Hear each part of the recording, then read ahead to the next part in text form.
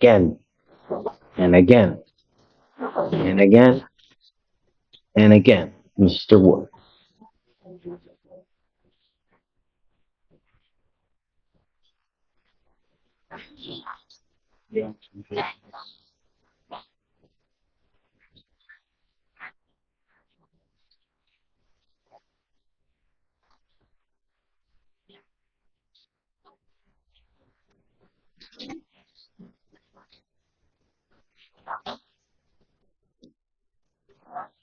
Eight 1423, assault of a family member. 924, violation of protective order. Whoa, another assault charge? Already another assault charge? At what point does this stop being coincidence and start looking like a lifestyle choice? Should the system be tougher here? At this point, it feels less like bad luck and more like a pattern. What do you think? Should repeat offenders get stricter bail conditions, or do they still deserve second chances? Drop your thoughts below. Assault bodily injury. Another assault bodily injury.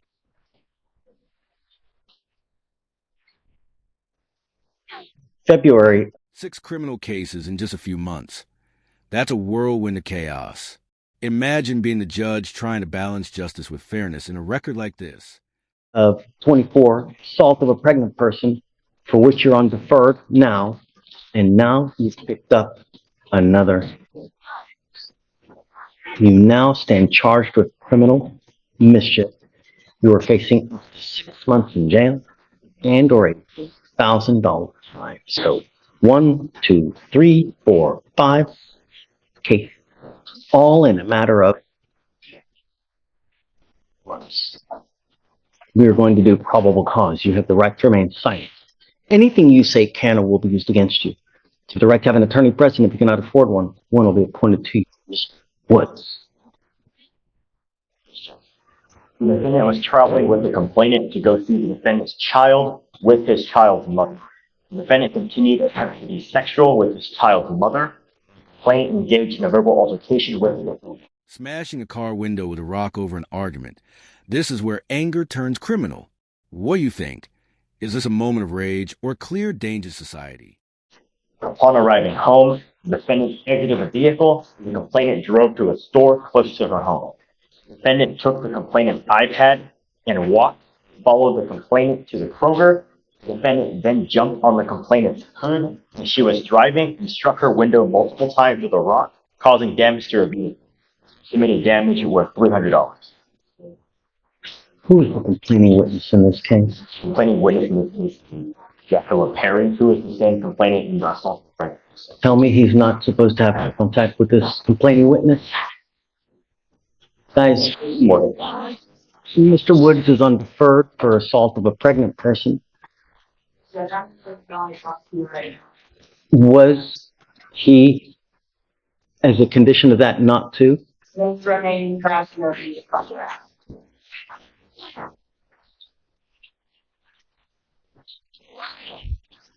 Mr. Woods, I'm going to find that there's probable cause to go forward with your case. I'm now sending you for a drug test. I want to know what, if anything, is in your system. If you fail to go take the test, if you fail to come back, I'm going to revoke your bond, and I'm going to make it so high.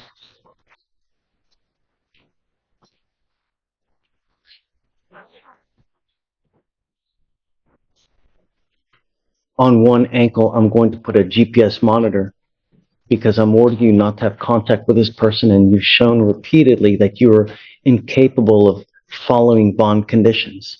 And I'm going to put 1,000 radius that you're not to have any contact with this person. You're not to have any weapons. You're not to consume alcohol or illegal drugs. And I'm going to test you repeatedly so I know that you're not using, but I'm sending you now for a drug test. Like I said, you failed the test, and if you fail to come back, things will not go well. Do you understand, Mr. Woods? Yes or no? Take the seat.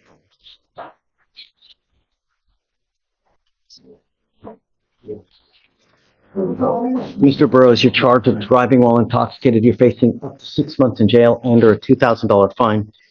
You guys have worked out an agreement where they're offering you 180 days in jail.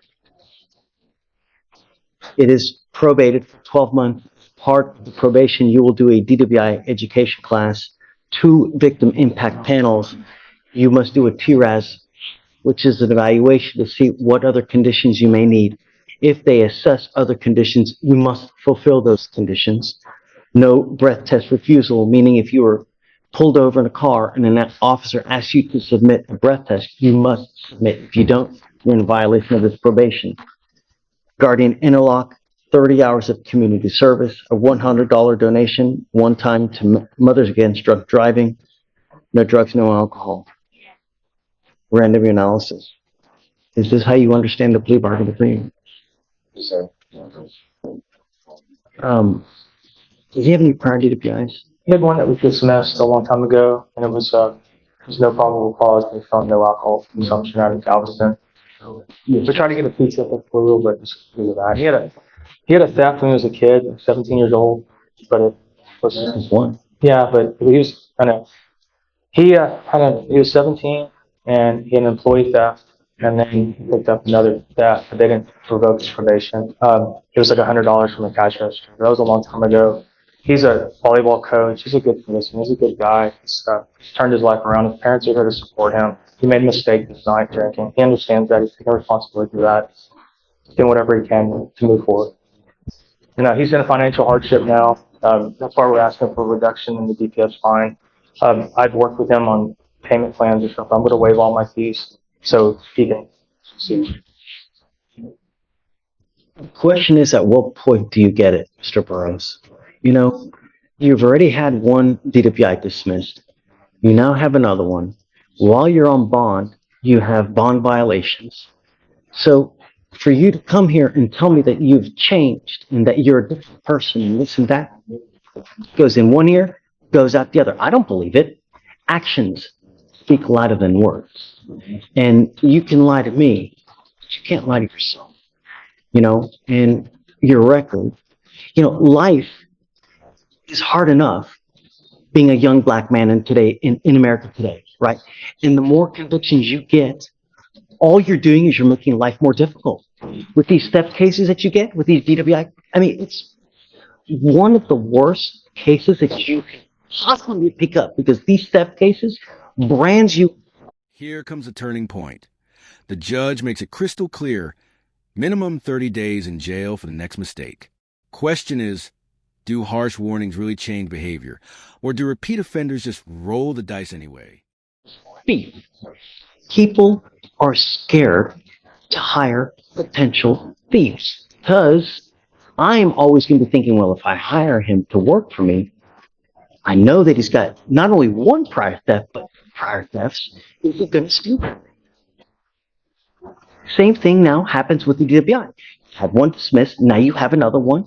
What's it going to take for you to get that we meet? And here comes the turning point. The judge is laying down a no-nonsense ultimatum. Minimum 30 days in jail for any new case. Question for you, do tough warnings like this actually scare defendants straight, or do people just keep testing the system?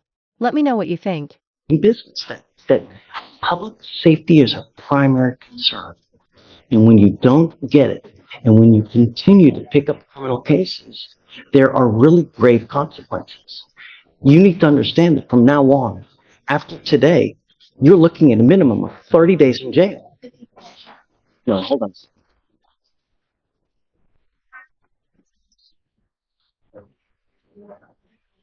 90 days in jail at a minimum.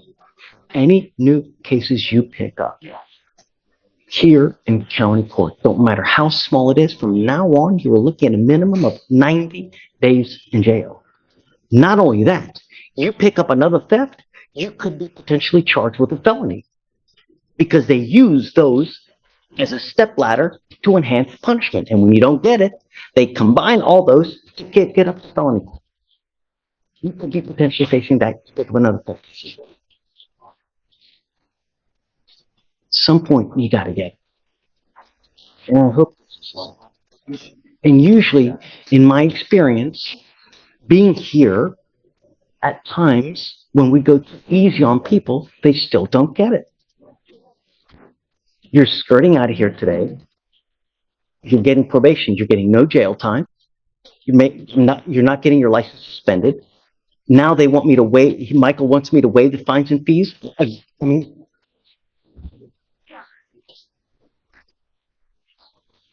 I think he has his family. why would we reward, you I know? want him to succeed, and that's what I think the problem is that he doesn't have the money to succeed. It's going to be very hard. He's going to try everything in his power to succeed financially. I just think that's going to be a burden on him. I took it upon myself to forego my fees, and I'm doing whatever I can. And that's great. Yeah, I understand that. Michael, There's nothing he can't afford it. He physically can't afford it. We're putting the burden on his parents. We're here to support him. They're in the back.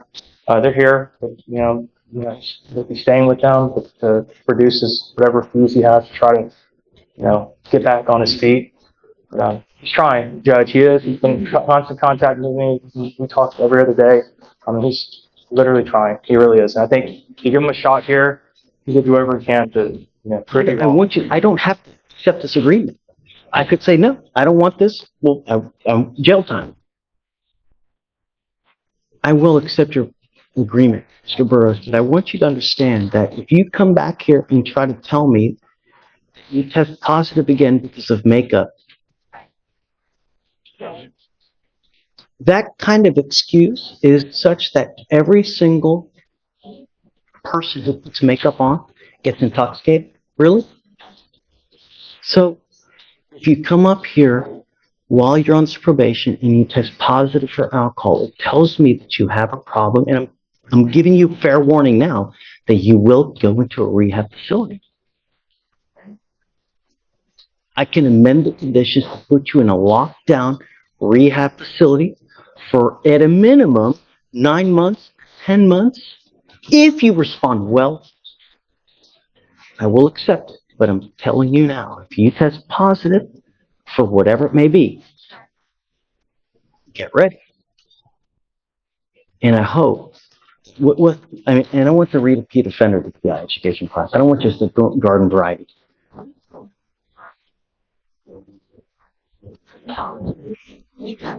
Your record speaks and tells everyone in the whole world about you. So if you ever get pulled over again, you need to understand that you will probably get harassed. So if I were you, I wouldn't ever, even if you've had a sip of alcohol, a glass of wine, I wouldn't get into a car because you're begging for trouble. Do you understand? Yes, sir, I understand. You give up a lot of rights by entering this agreement. You give up the right to a trial, right to compel witnesses to testify on your behalf, and cross-examine your accusers. If you're not a citizen, there are possible immigration consequences. You can be deported, excluded from the country, denied naturalization under federal law. You give up the right to appeal. Once you plead guilty, this will go on your record, Mr. Burroughs. It's going to be there for the rest of your life. You can never take it off. From now on, like I said, you're facing a minimum of 90 days in jail for any new cases that you pick up. You must do your classes on time. You pick up a new case. You test positive for alcohol. You know what's going to happen. I will issue a warrant for your arrest. I'm going to put you in jail. I'm going to bring you back out. And we're going to talk about if you violated, if you did, how, and what the appropriate remedy will be. And it could be 180 days in jail. Do you understand? Yes, sir. How do you plead to the offense of driving while intoxicated, guilty or not? Yes, sir. You need to understand that one of the things that they're ordering you to do is a TRAS. This is an evaluation. They may assess intensive outpatient treatment. Yeah. Who's done the TRAS? Recommended IOP. Okay, I think that's a good thing, right? Yes, the workers. Sure thing. Once again, I do appreciate, the second chance. When I went to jail for a year when I was 17, and that's when I was in high school. It's been 18 years ago. I've been a completely different person. I coach volleyball, I do a lot. We give back a lot, and I do understand that this record will carry on without my life. I've already realized that, and I've been doing things a lot different. I did make a mistake. I did end up, drinking and driving. The first case I do admit. After that, I haven't told you a lie at all.